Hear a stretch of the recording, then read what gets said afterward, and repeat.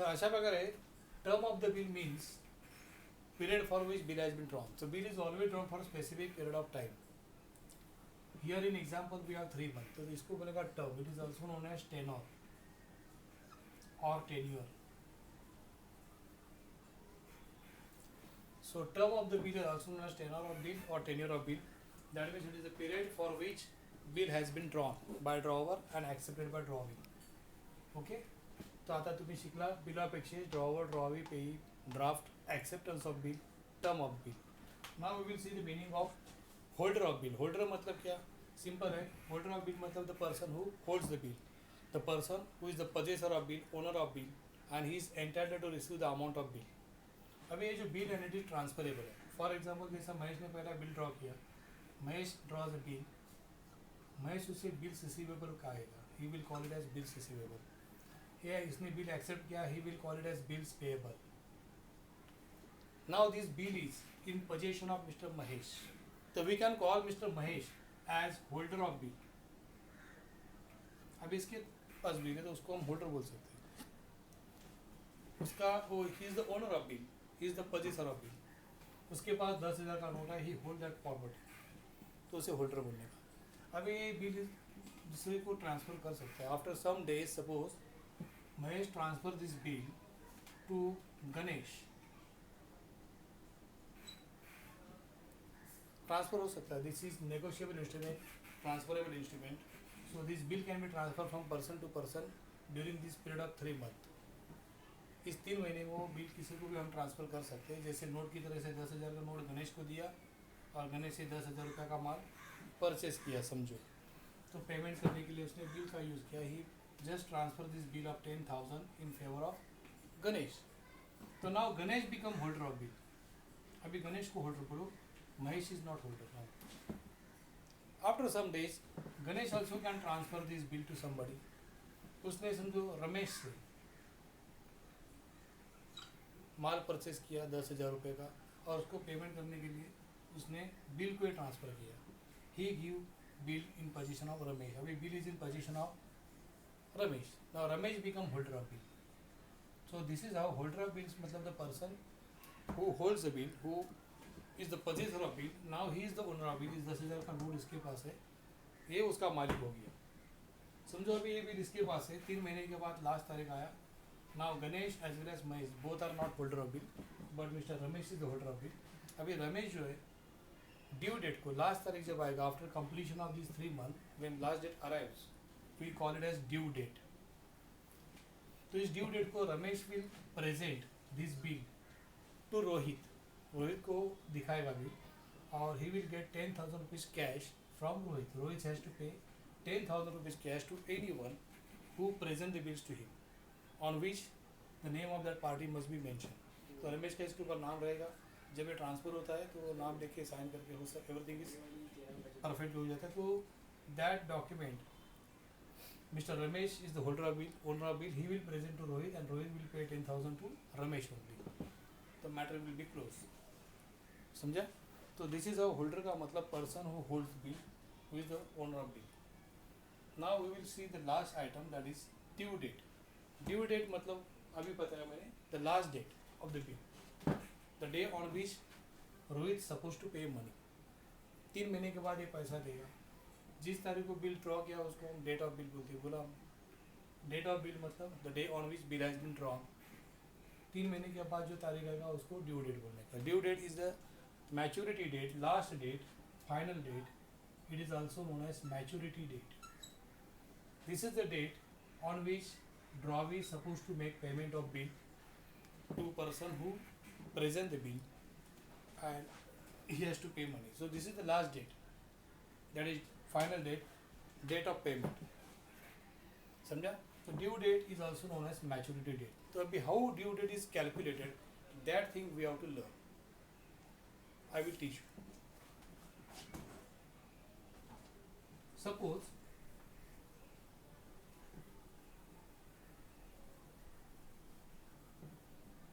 watch very carefully how the due date is calculated.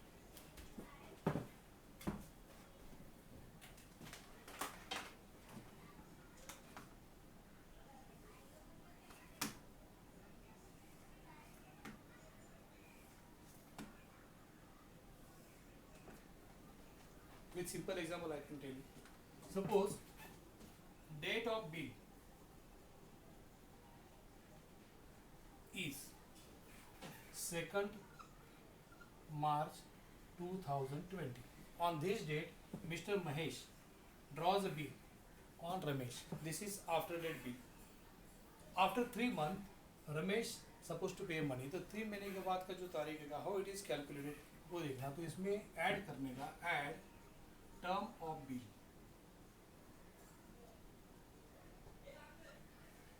3 month. This is day, you know. This is month and this is year. तो ये month है, तो month में add करो 3 महीना. 3 महीना इसका टर्म है, उसमें ऐड करने. ओके 3 महीने के बाद क्या लगेगा? What is the date you get? 2/6/20. That is 2nd June 20. ये जो डेट आ गया इसको हम ड्यू डेट बोलते हैं nominal. This is called nominal due date. समझा? इसमें 3 दिन ऐड करने का. Add 3 extra days. This 3 extra days are called days of grace.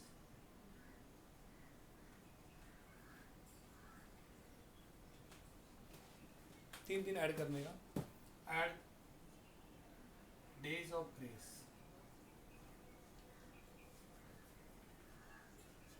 Day में ऐड करो. 3 दिन ऐड करने. तो व्हाट डेट यू गेट? 3 और 2 5. 5th June 20. ये फाइनल आंसर आएगा. This is called legal due date.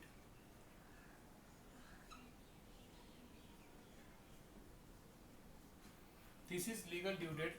On this date, Rohit supposed to pay 10,000 to person who present the bill. So this is how we can find the due date. समझा? This is date of bill. उसमें term add कर दिया 3 months. Then 3 दिन add कर दिया days of grace का. तो we get legal due date. So पहला 3 महीना ऐड किया तो हमको nominal due date मिला. उसमें 3 दिन ऐड कर दिया legal due date. I will give you another example. Just imagine, I will give you one more example. See carefully once again. Suppose ये महेश है, ये रमेश है. Second example देता हूँ. This is Mr. महेश. इसने बिल ड्रॉ किया रोहित के ऊपर. Mahesh is drawer, Rohit is drawing. Amount of bill है समझो 8,000 रुपया. And term of the bill है समझो 2 महीना. 2 महीना. किस तारीख को बिल ड्रॉ किया? द डेट ऑफ बिल है समझो. जस्ट इमेजिन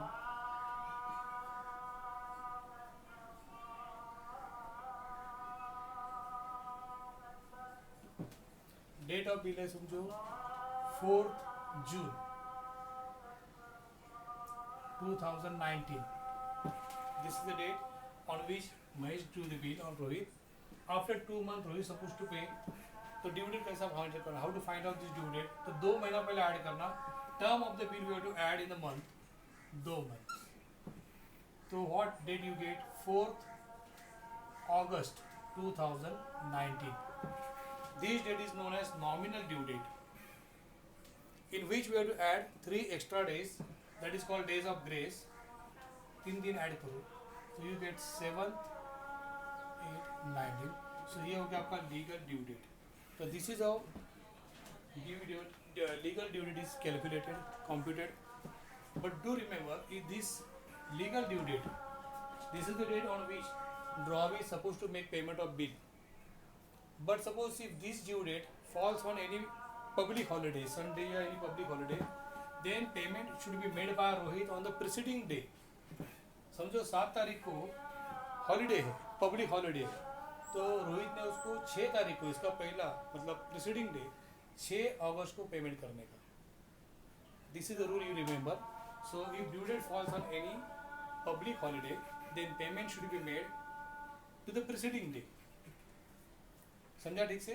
तो अभी आप खुद अपने मन से कुछ तारीख ले लो, अपने मन से कुछ टर्म 2 महीना 3 महीना 4 महीना 5 महीना कुछ भी ले लो और आप खुद प्रैक्टिस करो घर पे how to find out due date, legal due date. Wish you all the best. Bye. कल मिलेंगे.